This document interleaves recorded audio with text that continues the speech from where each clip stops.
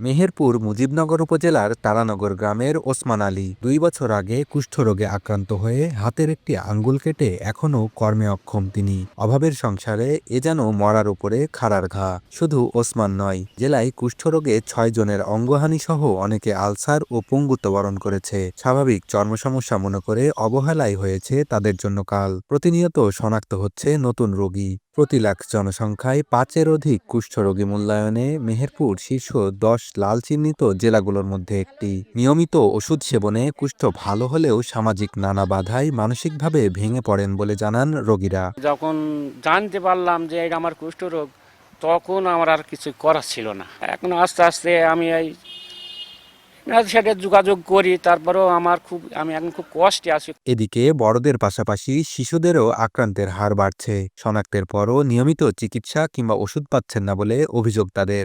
আর ব্যাকটেরিয়াজনিত এই রোগটির দ্রুত চিকিৎসা নেওয়ার প্রতি গুরুত্ব দিচ্ছেন বিশেষজ্ঞ চিকিৎসক। ছোট বাচ্চাদের বা বড়দের সবার হচ্ছে এই রোগটা। বাড়েলার হয়েছিল, এবার আমার ছোট মেয়েটার হয়েছে।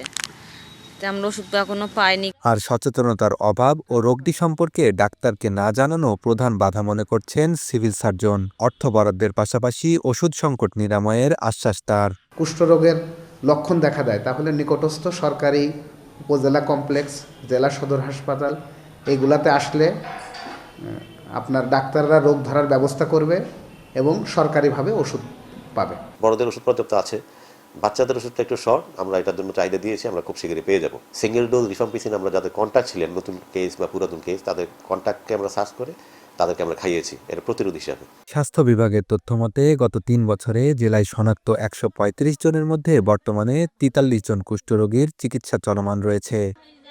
বেন ইয়ামিন, সময় সংবাদ, মেহেরপুর।